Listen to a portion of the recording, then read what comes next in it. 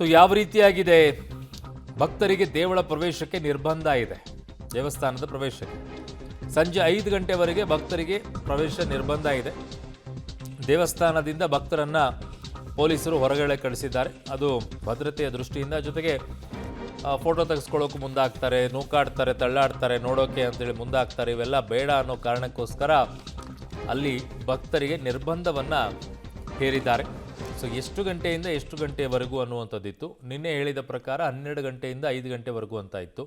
ಈಗ ಬಂದಿರುವಂಥ ಮಾಹಿತಿಯ ಪ್ರಕಾರ ಈಗ ಒಂದು ಅರ್ಧ ಗಂಟೆ ಮುಂಚಿತವಾಗಿ ಭಕ್ತರನ್ನೆಲ್ಲ ದೇವಸ್ಥಾನದಿಂದ ಹೊರಗಡೆ ಕಳಿಸುವಂಥ ಕೆಲಸ ಮಾಡಿದ್ದಾರೆ. ಜೊತೆಗೆ ಅಲ್ಲಿ ಭದ್ರತೆಯ ಪರಿಶೀಲನೆಯನ್ನು ಕೂಡ ಮಾಡಿದ್ದಾರೆ. ಇದು ಈಗ ಸದ್ಯಕ್ಕೆ ಕೊಲ್ಲೂರು ದೇವಸ್ಥಾನ, ಕೊಲ್ಲೂರು ತಾಯಿ ಮೂಕಾಂಬಿಕೆಯ ದೇವಸ್ಥಾನದಿಂದ ಈಗ ಬರ್ತಾ ಇರುವಂತಹ ಮಾಹಿತಿ ನೀವಾಗಲೇ ನೋಡ್ತಾ ಇದ್ದೀರಾ. ಅಲ್ಲಿ ಹೇಗೆ ಪರಿಶೀಲನೆಯನ್ನು ಮಾಡ್ತಾ ಇದ್ದಾರೆ ಅಂತ. ನನ್ನ ಸಹೋದ್ಯೋಗಿ ಸುಕ್ಪಾಲ್ ಇದ್ದಾರೆ. ಸುಕ್ಪಾಲ್, ಈಗ ಭಕ್ತರಿಗೆ 5 ಗಂಟೆಯ ನಂತರ ದರ್ಶನಕ್ಕೆ ಅವಕಾಶ ಇರುತ್ತಾ? ಈಗ ಎಷ್ಟು ಗಂಟೆಯಿಂದ ಭಕ್ತರಿಗೆ ಅಲ್ಲಿಂದ ದೇವಸ್ಥಾನದಿಂದ ಆಚೆ ಕಳಿಸುವಂಥ ಕೆಲಸ ಆಗಿದೆ? ಅರುಣ್, ಕರೆಕ್ಟಾಗಿ 2 ಗಂಟೆ ನಂತರ ಸಂಪೂರ್ಣವಾಗಿ ಭಕ್ತರನ್ನು ಹೊರಗೆ ಕಳಿಸುವಂಥ ಕೆಲಸ ಆಗಿದೆ. ಆ ಬಳಿಕ ಸಂಪೂರ್ಣವಾಗಿ ದೇವಸ್ಥಾನವನ್ನು ಕ್ಲೋಸ್ ಮಾಡಲಾಗಿದೆ.